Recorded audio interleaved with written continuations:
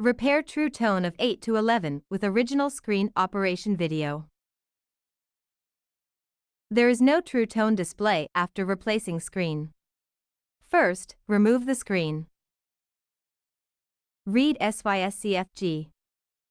Preparations. 1. Upgrade FC01 to the latest version. You can upgrade in about after connecting with Wi-Fi, or upgrade by connecting with Aweshine platform. 2. Buckle the AS8-15 Plus True Tone repair adapter on FC01, then connect FC01 to the power supply with a data cable, and it will jump to the True Tone repair interface automatically. Connect the True Tone adapter to FC01. Power on. Buckle the original screen on the corresponding socket. After recognizing the screen, click Read. It starts reading and backing up the screen SYSCFG data. Remove the original screen. Write into SYSCFG. Buckle the new screen on the corresponding socket. Click Write. Click Confirm.